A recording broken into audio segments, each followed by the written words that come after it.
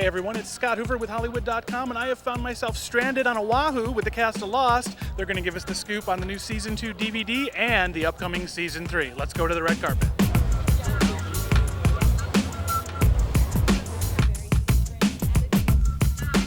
Hi, I'm Josh Holloway. You're with Hollywood.com. This is Daniel Day Kim, and you're watching Hollywood.com.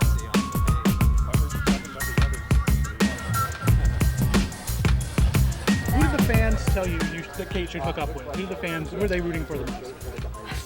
I've read statistics online, I've read statistics in magazines, and I've read my fan mail. And I can't get a number one way or the other. It seems to just yo-yo back and forth. What do people say to you when they see you out in the mall, when they come up and recognize you from the show? What do they want to know? What do they ask you? They want to know where all the bruises went. Every single person that comes up to me says, I love the show, I'm addicted to it, and I really like your character, and, thank you. They don't really ask me about information. It's more just kind of like saying hi, telling me they like the show, and or wanting to take a picture with me. Stuff like that seems to be, in general, what I get. Now, do you get nervous when the script shows up and you kind of wonder, am I going to be alive at the end of this thing? We're in the third season of kind of living on the edge that way, and so I've kind of grown accustomed to kind of living that way. So, I kind of feel like whatever happens, as long as there's a good storyline attached to it, I'm excited.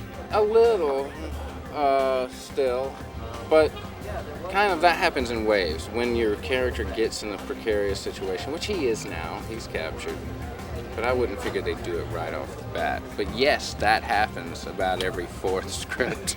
I'm like, I'm feeling the odds now. I hate it, I always hate it because it means saying goodbye to, some of the nicest people, and but it's part of the show, What are you gonna do? You have to live with it. Locke has gone through a lot of changes. He was very zen in the first season, was busy, found a good place, and this season he was full of angst. What do you think's next for Locke? I mean, what kind of places are you going to take? Hopefully after the zen and the angst, he gets a little more focused. I hope, liking the man and caring about the fellow, I hope he gets a little bit more careful in his choices and, considers things before he leaves and stands back and watches. I think he's looking for a place. I think he's looking for a place in the family, a place in his group, and I think he desperately wants someone to approve of him, but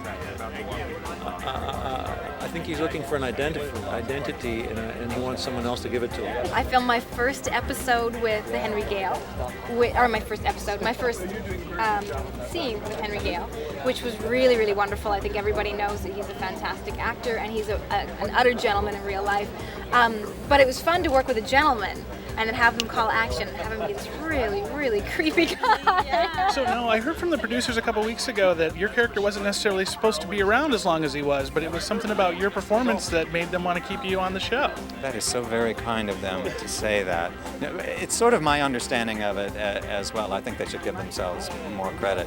It was to have been a sort of a guest turn on the show and presumably ending in death. I don't know, but I guess they got intrigued by the character, like I got intrigued about it. And as fun as it is to kiss Evangeline, do you kind of wish you get some scenes with some of the other characters? You got something with Michelle last time around? Yeah, I'm wondering where they're going to go with that. Because, yes, I love working with Evangeline, but come on, Sawyer's still a free agent. Come on, as many as you can bring. That's right. He's game. I feel like Kate has grown enough in these two seasons.